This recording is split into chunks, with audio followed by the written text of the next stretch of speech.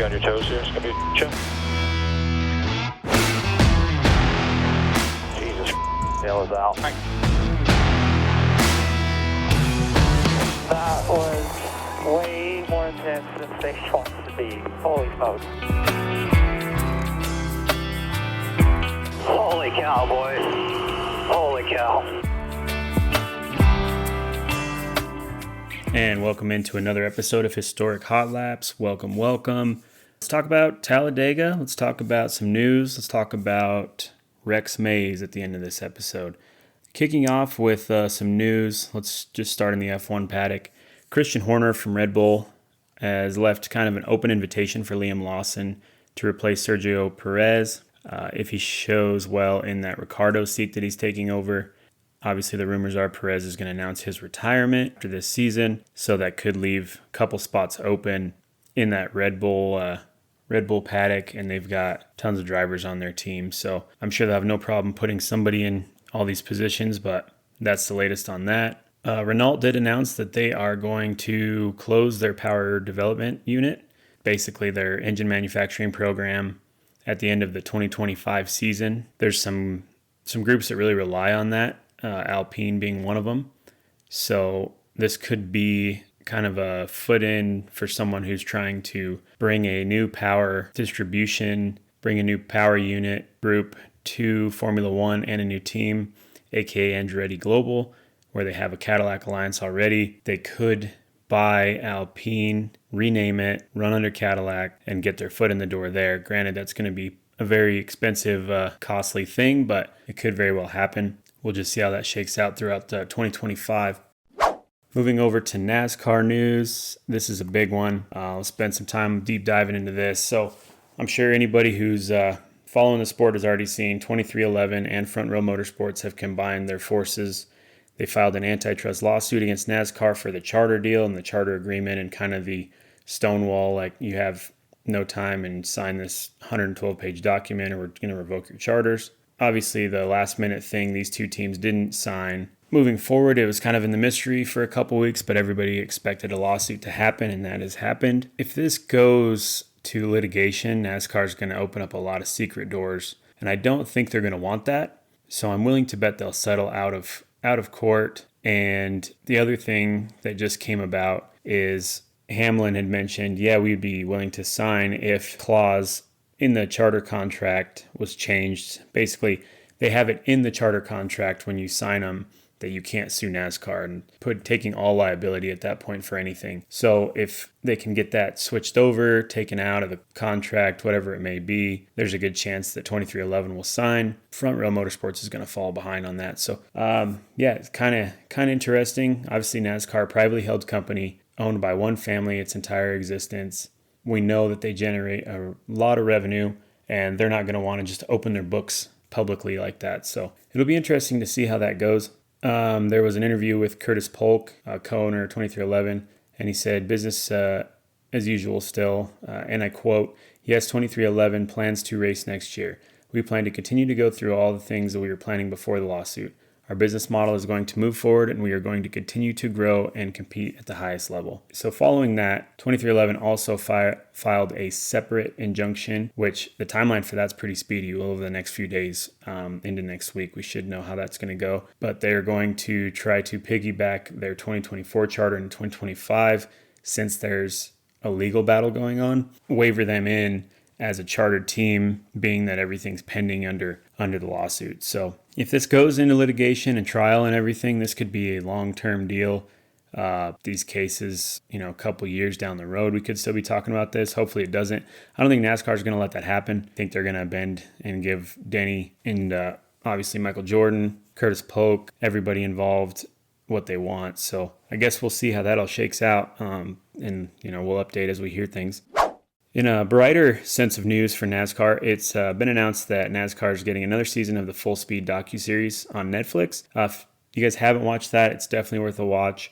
It'll be interesting to see who's in this next season where there's a legal battle going on and everything else, if they'll have the same kind of teams, because they were very invasive on the, 2311 played a good part in it. Joe Gibbs Racing played a good part in it this last year. So we'll see what this next season has in it. Are they going to shadow a bunch of that? Are they going to use that for entertainment value? it'll be kind of interesting to see. Looking at some Xfinity news, since we're still in the NASCAR bubble here, JR Motorsports has announced he'll be taking over the number 1 car next year full-time in Xfinity, and that'll be Carson Kvapil. Those that don't know, Carson Kvapil's been doing really great in the late model series, the Cars Tour. He's been running under JR Motorsports in those events and doing a great job. So they're going to reward him, and he's going to go straight into Xfinity, which just goes back to a previous conversation we had on here about how these late model drivers are doing so well and learning the skills that it takes to become great drivers. So it'll be cool to see him in the number 1 car, obviously rolling sponsorships and things like that, but he's been doing a great job. So I'm sure he'll continue that, and he's got one of the best teams behind him. So last little piece, moving over to Truck Series news. Nice Motorsports announced that Caden Honeycutt will drive full-time in the Truck Series in one of their entries. They haven't announced a number yet, but it's a good opportunity for Caden and his team have a full-time ride in 2025 with Nice Motorsports. They usually have 3 or 4 entries all the time, so that'll be good to see. Let's move over to IndyCar. IndyCar news. It was announced late today that RLL has signed Louis Foster in a multi-year deal. Obviously, Louis Foster winning the Indy Next title this year. Good opportunity for RLL to bring in some money, bring in a fresh driver who obviously knows what it takes to win. He won half the races in NXT this year. Very knowledgeable driver for his age. This is a good move by RLL, and they obviously get some of that sponsorship money that comes in with that, the scholarship, if you will. So be exciting to see how that goes. Still don't know the car number on that. I would imagine that would probably be the replacement for the Lundgaard in the 45, but we'll see. Another piece in IndyCar news: Arlington Street Race has been announced. Layout actually looks pretty decent. I believe it's 14 turns, 2.7 miles, goes around that Cowboys Stadium. This is a joint deal with the Cowboys and the Rangers, so you're combining other sports, which should help the advertisement, should help the turnout. I was pretty upset at first hearing about they're going to race in Arlington but not go to Texas Motor Speedway. I get it. Nobody shows up for Texas. Texas Motor Speedway is not a good partner to grow the sport. It's not what it was 20 years ago, which is, what I'm basing all my opinion off of. So it'll be pretty cool to see. Obviously, Jerry Jones and all those people are, Cowboys stuff is literally everywhere. So they know how to advertise. They know how to market things. So I feel like this is going to be a pretty successful venture. They did make the official announcement. They've got a track layout online you can check out. But yeah, it'll be interesting. So looks like Mr. Sam Schmidt, the legend himself, obviously paralyzed, driving for IndyCar, open wheel crash. He's opened a paralysis center in Indianapolis to rehabilitate trauma victims. Sam is still loosely aligned with McLaren IndyCar and using his paralysis advancement to help others. There's also an IndyCar test at IMS this week. We mentioned it. That there's going to be a couple guys in it. For Connor Daly's going to be testing for Yunkos. Obviously, it's the first time Rossi gets in an ECR car. Louis Foster, I imagine, is there for RLL after the announcement. So, they made it pretty quick. So, So, basically, I think 4 cars one day, 11 cars the next day. Try to mainly work on the hybrid stuff at IMS, working in traffic, making sure that next year's a good race under the hybrid system since we haven't seen it at IMS yet. All right, let's cover some race recaps. We'll just start out with Talladega. We had a lot going on at Talladega: Truck Series, Xfinity Series, Cup Series. We'll cover the big game first, and then go into the other dirt series and whatnot. Start off with the Truck Series. There was a lot of bumping, a lot of rubbing, a lot of normal stuff you'd see. Stage 1 goes to Matt Mills, Stage 2 to Grant Enfinger, and then ultimately Grant Enfinger holding on for the win. That sets the Final Four for the playoffs. Final Four being position 1, Grant Enfinger, 2nd, Corey Heim, 3, Christian Eckes, and 4th, Ty Majeski. I'm pretty sure anybody who looked at it halfway through the season probably thought they'd see that exact same thing. That's where we're set. We've got the Final Four for the Truck Series going into the championship round. A couple weeks off for them, and then, we'll see how that all pans out and who gets crowned the Truck Series champion this year.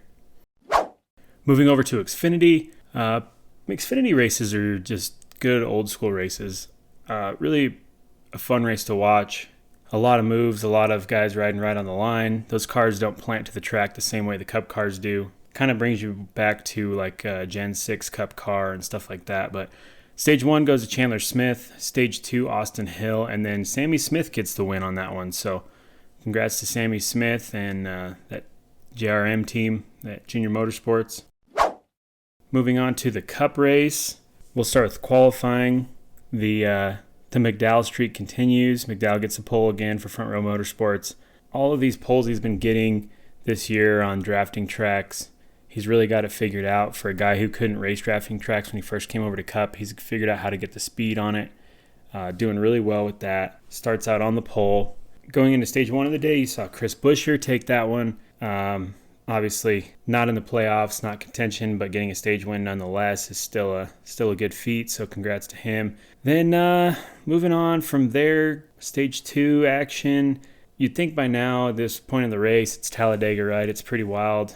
Biggest drafting track in the series. Blaney's rough luck continues, and he got wrecked out from behind. And, he had some good words for it, so I'll let him tell the story. Yeah, I thought Austin and I worked well together, and I had a feeling, the 8 would kind of pull out, help Chevy. He wasn't going to help me, obviously, and so we got in the middle, and I didn't think it was terrible. We were probably still going on 5th or 6th, and then the 48 just drove straight through me in the tri-oval. So just wrecked the so I don't know what he's thinking.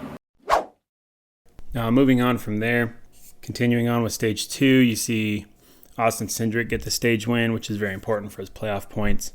And then you could feel the momentum building up, right? The Talladega wave is coming. We have yet to see what they call the big one. And when it let loose and all that tension, these guys are going 4 wide in a lot of places, which seems ridiculous. Obviously showing how good the cars are planted to the track, but eventually someone's going to make a mistake in this giant pack of 4 wide and 3 wide most of the time. And there's a huge wreck. Supposedly biggest total car count crash in NASCAR history. There's 28 cars involved in this one, but there's been some speculation that maybe there was a later race that had even more cars in it. But in recent history, it's definitely the biggest one, especially this next-gen car. But 28 cars involved in that one. This brought out a lot of drama with how things were officiated and what rules NASCAR was going to follow when it came to the DVP, the old damaged vehicle policy. Josh Berry was towed behind the fence last week when he had 4 flat tires and ended his race. But yet, this race, you had Briscoe and Elliott get towed in, get their cars fixed and back out, while Logano and Cindric did not. So it's kind of interesting how it works out. It's a hard rule to enforce, I'm sure, from NASCAR's side, but Josh Berry had some fun things to say about it, so let's listen to that real quick. All I know is that all those cars parked in turn 3 better not get towed to pit road, buddy, because that'd be breaking the damaged vehicle policy. Cars over there doing burnouts, slinging rubber all over the safety workers trying to get going. But if you have 4 flat tires, you gotta get towed to pit road. You're done, right? No, everybody else should get screwed too. I mean, it's only fair, right? All right, we'll get past that, get past the big wreck. Going into the final laps, it's looking really good for RFK Racing and their cars. They've got, Keselowski sitting up front, next to Ricky Stenhouse Jr., and ultimately Ricky held him off. Ricky gets the win. There was a whole push situation about you had Larson behind Keselowski being told not to push him to the win because it's a Chevy versus Ford thing, and Stenhouse drives a Chevy. So the Chevy that Larson is driving pushes a Ford to the win and takes it away from Chevy. It's a whole thing, right? So there's a little drama with that, but at the end of the race, post-race inspection, it looked like both the RFK cars were missing the roof rails that are put there to keep the cars on the ground in a spin at high speeds and whatnot, keep them from lifting. Both of those cars were missing theirs, which means, were they manipulated? I mean, it's the same team, both cars missing them. Did they thin them out? Did they change how they were mounted? So manipulate the aerodynamics on them? Probably. I mean, that's something that happens a lot, right? But so far, NASCAR hasn't called them out on it. They also haven't called out the winner, Ricky Stenhouse Jr., because he had a bunch of driver door contact prior to the race finish. And he actually had a hole in the outer skin of the driver door and was missing the impact foam that goes in there. So really, per Section 3 of the NASCAR rulebook, It's against the rules to run on track while missing any kind of center body panel sections and impact foam. It has to be brought in, repaired, Durabonded and all that. But they didn't do that. They stayed out. They got the race win, and no one ever said anything about it. So the officiating in NASCAR still continues to be a mystery, but either way, Stenhouse gets a win. So congrats to them. And yeah, that wraps up the Talladega weekend. We got the Roval coming up this weekend. There's a new track layout there, so that'll be exciting to see, something a little different. They changed a couple things, nothing super critical, but it will change a braking zone here and there, so things for the drivers to have to look for. So it'll be interesting to see how that all pans out. Let's move over to USAC Silver Crown, the second to last race of the season. Win goes to Logan Seavey. This is Logan's 18th win of the season in a USAC sanctioned event. I believe it was his first Silver Crown win, though, but he's had wins in National Sprints and National Midgets. Now a Silver Crown win, looking for, a Triple Crown type situation there. So congrats to Logan Seavey on that. We've got one race left to wrap up the championship for the Silver Crown cars. There's a pretty close points battle between first and second. Cody Swanson is still holding first, and Justin Grant is minus 6 points behind him. So going into the last race, that'll be exciting to watch that and see who gets the championship 2024. Yeah, it's been a struggle. This silver car's been, the car we can bank on to show up and right out front and win a bunch of races all year. And the few of the tracks that we normally go to and feel like we're going to win when we show up, we had some issues.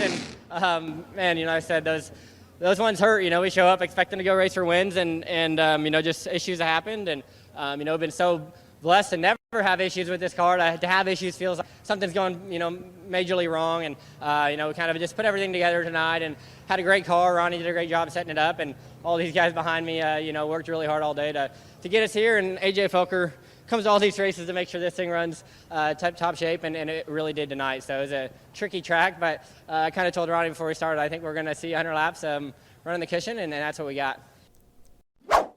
Moving over to World of Outlaws. Williams Grove Speedway. You had qualifier event and the main feature event. Qualifier goes to Buddy Kofoid. It's his sixth win of the season. He's also a rookie in the World of Outlaws series, so sixth win of the rookie season. $12K purse on that one, so good night for him. 12 grand richer. More money for the team on that one. Moving over to the main event feature, you had Carson Macedo, who continues his hot streak and takes the win. $75K on that one, so Carson Macedo keeping the dream alive, $75,000 richer.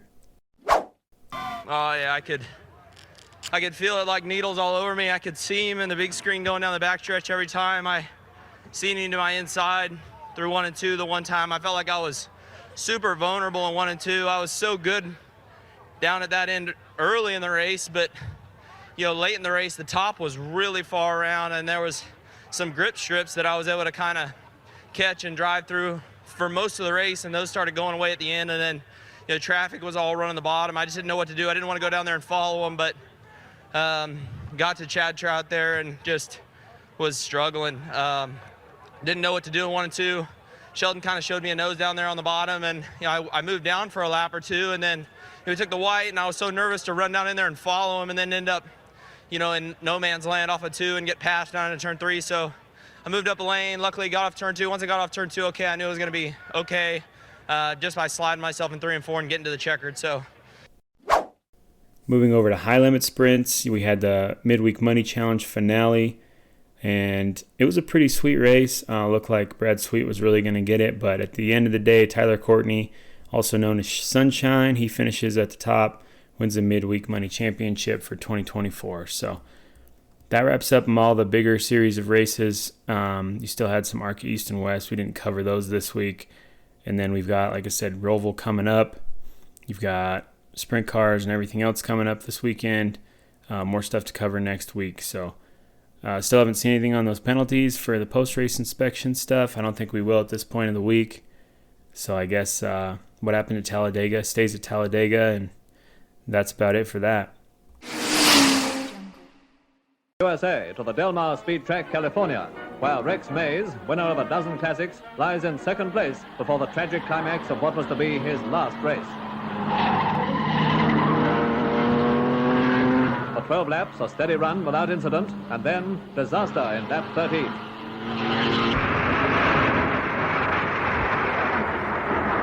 Only the slow-motion camera can show what really happened.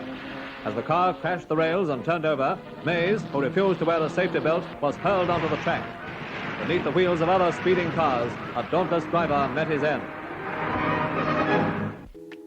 All right, this week we're going to talk about Rex Mays for our history portion today. Looking at Rex Mays, Rex Houston Mays Jr., born March 10th, 1913 and passing on November 6, 1949. Mays was a sprint car driver through the mid-30s, early 40s. He made his Indianapolis 500 debut in 1934. He won the pole position in 1935, 1936, and again in 1940. He also finished second in that 1940 race and finished second again in 1941. Mays is part of that historical group during the war efforts that had to stop racing in the middle of their careers. So going into it, Mays won the AAA National Championship in 1940 and 1941. However, World War II suspended all the racing right until around 1946, which would have been the prime of his career. He was winning championships through 40 and 41. He was right there in his prime and then had to shut it all down. So going after the war, Mays participates in Indianapolis 500 again, wins the pole 1948,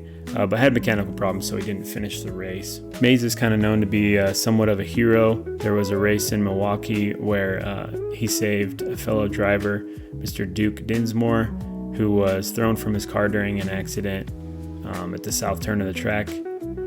Mays was leading the race, saw Dinsmore laying in the middle of the south turn. Mays spun his car, rode the wall, got out, pulled Dinsmore to safety, and ultimately saved his life. So also a hero amongst fellow racers, just an all-around amazing individual. Unfortunately, Mays was cut short in his racing career. He was killed at the age of 36 in a champ car race at the Del Mar Fairgrounds in Del Mar, California in November of 1949. This was the only champ car race they ever ran there because obviously you lose a driver in the inaugural race. It's not a good start for the track itself at the fairgrounds there. The incident's kind of gruesome, but we'll cover it a little bit here. Basically, there was an accident in front of Mays, and he tried to avoid it. He then lost control, flipped. This is, 1949. There's no safety stuff at this point. Flips the car, throws Mays onto the track, and then he was hit by another car that was trying to avoid it all. So ultimately, a terrible, terrible way to go. He passed doing what he loved, what he was skilled at doing.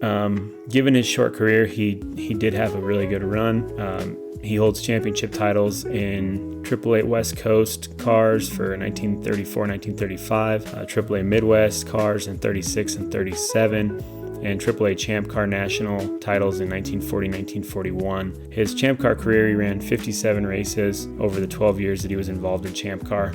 Obviously, it probably would have been a lot more had the war effort not shut things down, but he probably could have got to that 18-year mark, somewhere in there. He had 8 wins, 19 podiums, and 19 pole positions. As far as recognition, Mays has been inducted into the Auto Racing Hall of Fame in 1963, the National Sprint Car Hall of Fame in 1990, the International Motorsports Hall of Fame in 1993, the Motorsports Hall of Fame of America in 1995, and the Riverside Sport Hall of Fame. And then there's also what's known as the Rex Mays Classic that's ran at the Milwaukee Mile, which used to be ran the weekend after the Indy 500 for years and years. It ran from 1950 to 1987. And then there's also the Rex Mays 300 that ran at Riverside International Raceway from 67 to 69. Kind of just honoring what he did to save lives, and Dinsmore incident where he saved him from getting hit, and ultimately he ended up getting hit himself years later and kind of dying in a similar incident that he saved somebody else from. So ultimately just a great racer, just all around good guy. And the IMS Museum has a nice little bio on him. So this is per the Indianapolis Motor Speedway Museum. The bio says Rex Mays was the third person to win 2 consecutive national championships, accomplishing the feat in 1940 and 1941. He was only 20 years old when he finished second in the American Automobile Association Pacific Coast Championship in 1933. Going on to win the title in 34 and 35, he also won the Midwest Championship in 36 and 37. By winning the pole at Indianapolis 500 in 1935 at the age of 22, Mays remains the youngest pole winner 80 years later. Although he never won an Indianapolis 500 race, the very popular Mays led the field in 9 of his 12 Indianapolis 500 starts for a total of 266 laps. He started from the front row 7 times and was the first driver to win pole position 4 times. He finished second to Wilbur Shaw in 1940 at the Indianapolis 500 and second again to Floyd Davis, Maury Rose combination in 1941. He gained considerable notoriety in 1937 when he drove an Alfa Romeo against the leading European drivers in the Vanderbilt Cup race in Roosevelt Raceway, Long Island, New York, and he finished third. He lost his life in the final American Automobile Association National Championship race of 1949 at Del Mar, California. So, just wrapping that up. He's just a great guy to have in the sport. All his contributions and will be recognized forever, obviously, in all the Hall of Fames and the museums. So, just want to say, Rex Mays, appreciate you for what you did for the sport. Thank you. And as far as everyone else out there, make sure you like, subscribe, follow us on X, tell a friend, do whatever we can to keep this momentum going, keep these episodes coming, get a good core fan base growing here, and it's nice. If you have anything you want to hit us up on, historichotlapse@gmail.com. If you have somebody you want to hear about, driver profiles, anything like that, comments, concerns, whatever it may be, just let us know at the Gmail account. And aside from that, I hope everybody enjoys the race weekend. We'll see what the Roval has to offer and the cutoff goes for NASCAR on this one. And yeah, other than that, stay safe and thanks for tuning in. On the racetrack at Del Mar, California, veteran racers go all out, clocking up terrific speeds in the 100-mile event. It's a big thrill, but an even bigger risk. And this time, fate overtakes one of them, Rex Mays.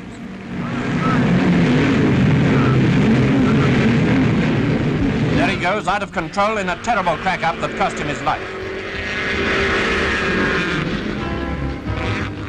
The tragedy of the track, and the film, slowed down, shows just how it happened.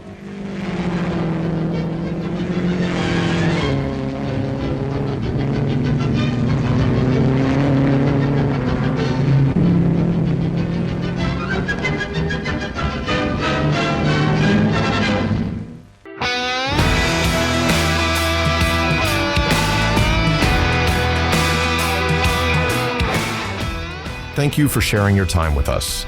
If you enjoyed today's episode, make sure to subscribe and leave us a review wherever you listen to your podcasts.